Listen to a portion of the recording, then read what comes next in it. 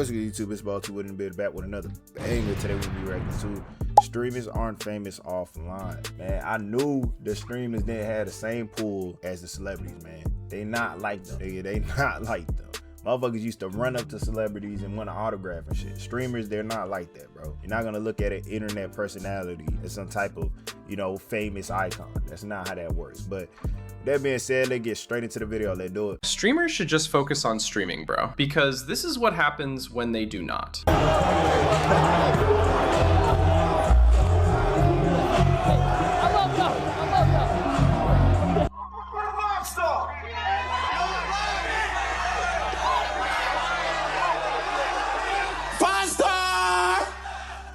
Oh, pussy, all the guys, pink stones, they survive.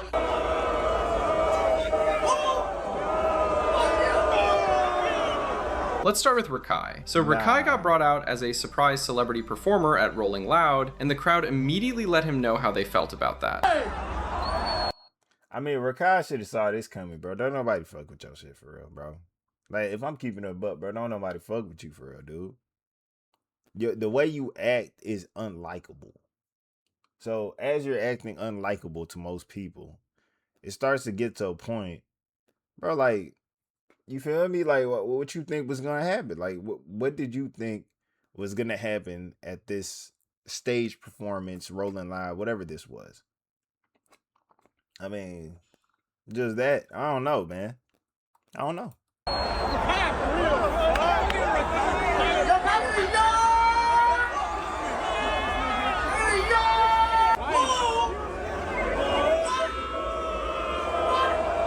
Boos loud enough that he could hear every single one clearly, to the point where he had to stop mid-performance, look out at thousands of people, and actually ask why they were booing while walking around the stage with nowhere to go and nothing to do. He was a surprise celebrity. Nobody in that crowd bought a ticket expecting to see Rakai. Nobody stood in a field in Miami for hours thinking, tonight, I hope the problematic Twitch streamer shows up. The crowd had no emotional connection to his name in a music context, and no frame of reference for why he would even be on that stage. I don't know why my shit wasn't pausing at first. This glitchy ass shit. But I don't like, why would they add him to a Rolling Loud concert, surprise celebrity guest, whatever? I don't like streamers. I don't think streamers are looked at as celebrities, bro. They're not gonna have the same pull, the same traction again the celebrities in movies did. It's like the way that celebrities were making out the scene was like, they're better than you, they're rich. You feel me? They're just like, you know what I'm saying? Autograph, of course. Yo, they was moving like that, man. They was kind of moving like that. So you kind of like, oh yeah, I barely see them out in public. And then on top of that, you barely see their lives. People are more, I guess, in a way, they want to know. They want to know more about this person.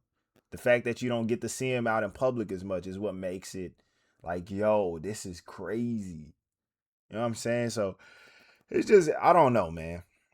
These streamers, they're not on the same scale. You see them, you could turn them on and watch them every single time, any single time of the, not any single time of the day, but any single time of the day, if you get what I'm saying.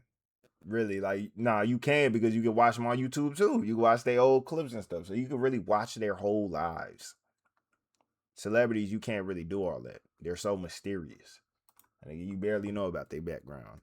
So, surprise celebrity at a music festival only works if the surprise is someone the crowd already has a real relationship with. Someone whose name alone gets a reaction. Rakai's audience is young, online, and not at Rolling Loud. The demographic that watches him on stream and the demographic that paid for a Rolling Loud ticket are almost entirely different people. That gap existed before he even walked out. Someone offered him a big check, he took it, and the crowd made him pay for that decision in real time. Speed was at the same event last year, and the crowd cheered for him because he is non-problematic and people genuinely love him, despite his music not being nearly as strong as the other artists performing there. Speed has spent years building a real-world presence that extends far beyond a stream. He tours, he travels internationally, he shows up in person all over the world. He has a global fan base that exists outside of a laptop screen and chose him long before they were standing in that field. He earned that reception through years of work that went beyond the internet. Rakai has not done that yet. In fact, he is doing the opposite. He does some pretty questionable things that a lot of people do not like. That is not an insult. It is just where he is in his career. The crowd at Rolling Loud felt the difference immediately and responded accordingly. Rakai realized in real time that his fan base is largely kids at home watching TikTok clips of the exact moment he got booed. Not in Miami, not at Rolling Loud, at home. Now, Rakai was not the only streamer who had a bad day at Rolling Loud. Last year, Neon was there too, and his situation was arguably worse, because at least Rakai was a surprise. Neon was invited onto the stage directly by the artist himself, which meant he had every reason to think this was going to go well. It did not. Let's go.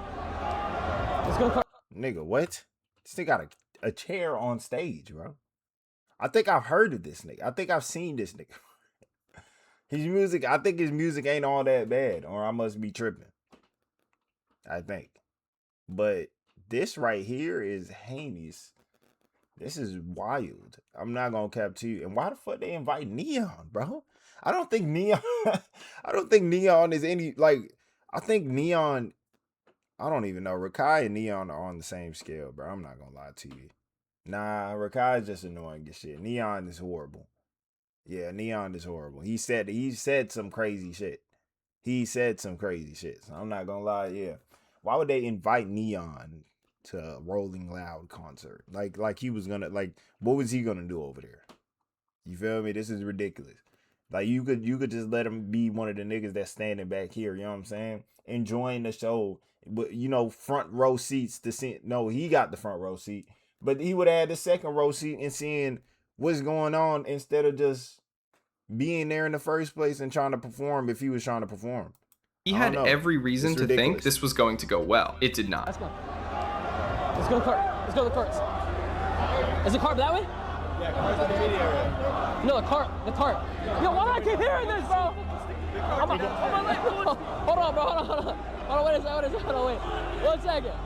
Neon, real name Rangesh, with over 397,000 followers on Kick, was invited onto the stage during Dave Blunt's set at Rolling Loud, California. He had an all-access pass for the whole event. He had been doing IRL content all weekend, conducting interviews backstage with LiAngelo Ball, NFL players Zay Flowers, and Dalvin Cook. He had even collaborated with Dave Blunt's on a prior stream where Dave played unreleased music. These two had a real relationship. Neon walked out onto that stage with what he probably thought was a legitimate reason to be there. The crowd started chanting "F Neon" before he could even do anything. Not boos, a coordinated chant, a specific, directed, collective decision from thousands of people. I tried to talk to him, I forgot he was performing.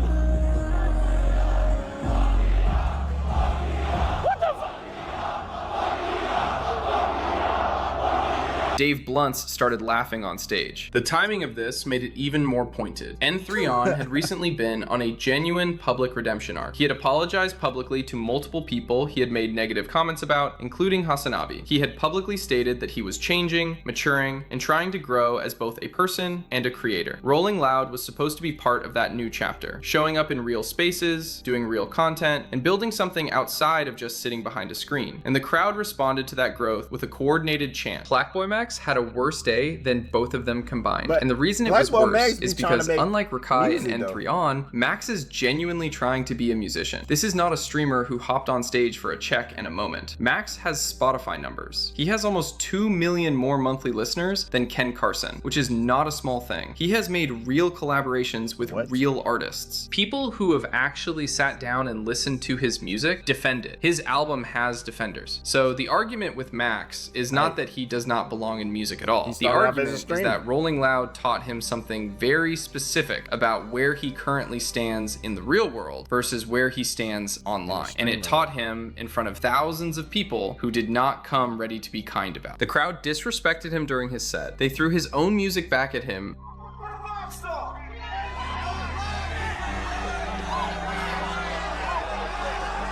Five star!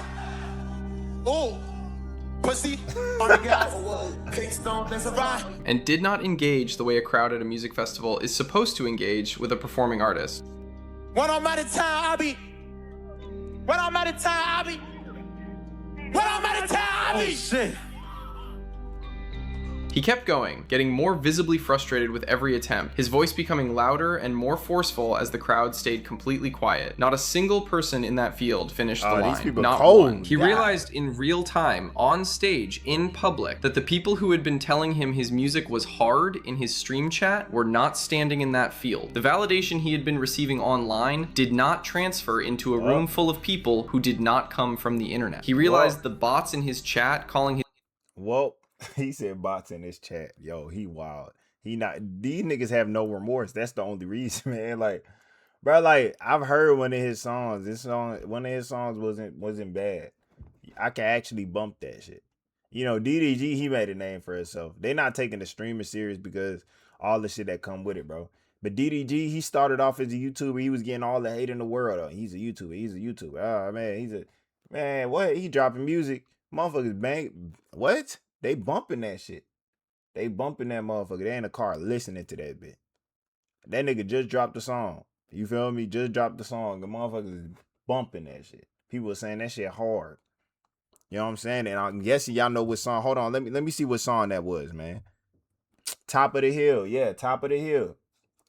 That shit's hard. You feel me? So DDG already made a name. He went through all the hating shit. Max is gonna have to go through the hating shit, bro.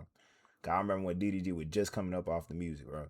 That shit was horrible. Yeah, yo, niggas was on his ass, bro. What? his music a W were not real people with bodies and opinions. They were engagement. Then came the Northwest interaction. Backstage, Max met Northwest, Kanye's daughter, 12 years old. He told her North forever is fire. He said it directly to her face with full commitment. She already going. She already went. Damn. North. Nice to meet you. I really like your new thing. North forever, that's just fire. No cops. Nice to meet you.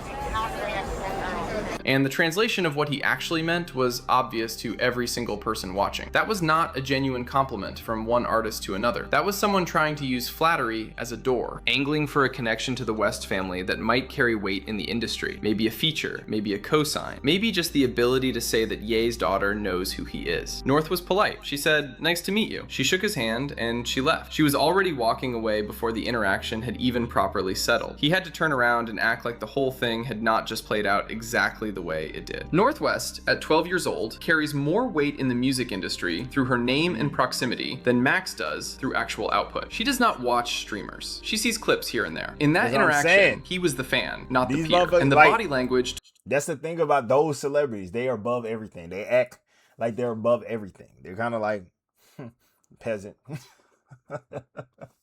They do shit like that. Like, you know, streamers, they kind of overly expose themselves. They're more like, oh yeah, I'm a streamer and I do this and that and blah blah blah wooty woo. They just be out in public doing shit, just dumb shit. Rakai, for example. You know what I'm saying? Like, who else? Who's another nigga? To be honest, bro, a couple of them, bro. Like Kais and that, he would probably bring some numbers too. I'm not gonna cap. Duke, yeah, he would bring some numbers. They just gotta be likable, bro. I'm sorry, bro. It just depends, bro. They gotta be likable, bro.